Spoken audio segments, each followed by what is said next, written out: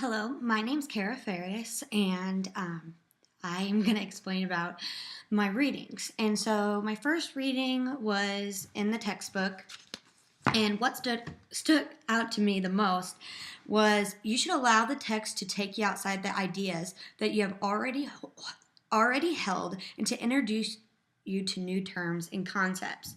I think this is really helpful as far as determining where I want to be in next processes as my writing goes on.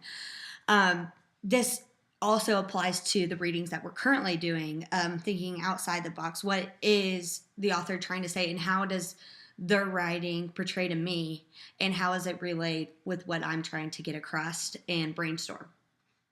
So that was one main thing in the book that really stood out to me because I'm trying to think of ways from when I was a child learning how to read and what things stood out to me the most, and not only me, but maybe thinking about what stood out to my parents the most, my family, my friends. What certain things did they think I struggled in at the most, reading or writing?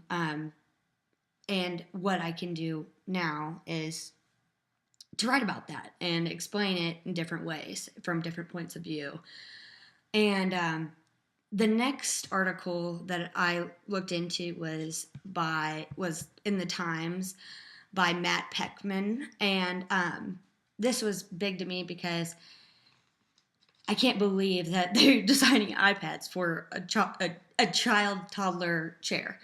Um, this really stood out because it's defining what actually helps children um, when they're if it's a television that helps them or if it's getting hands-on help. And what they're saying is that that kind of television and technology being given to them at that earliest stage really does affect their learning, and it's bad for them because at this point in time they're supposed to be growing and learning. Well, there's a lot of counter examples where people are like, well, there are ways that they are able to interact. And if they're watching these programs with their parents, they're learning more and they're actually interacting better.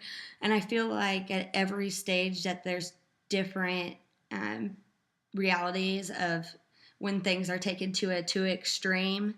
And for me, in my childhood, I had a very hard time learning. And so I've looked back, okay, well, was I watching too much TV now?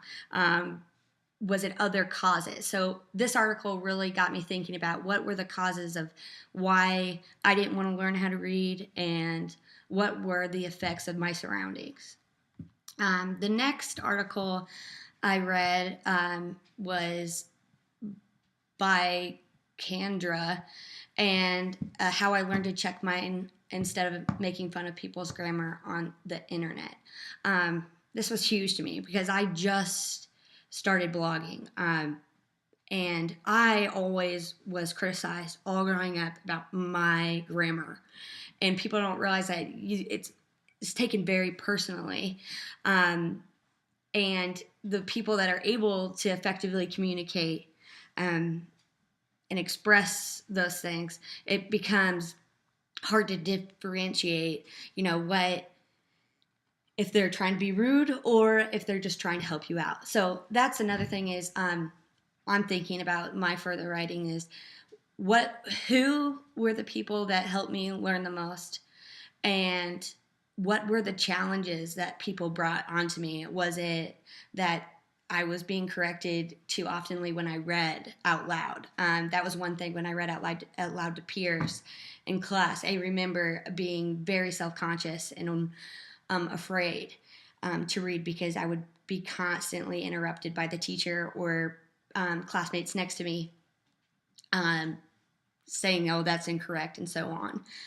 So this really stood out to me because it shows that not everybody understands grammar or knows how to read. And I don't think about that all the time now since it's constantly around me. It's something that I'm not concentrating on. But now it's really something I want to portray in my paper because that was one thing that really did affect me was when people would go about and tell me my grammar errors, or when I was reading and interrupt me and tell me what was right. So those were the things that I thought were very helpful and read upon, and I look forward to writing my paper.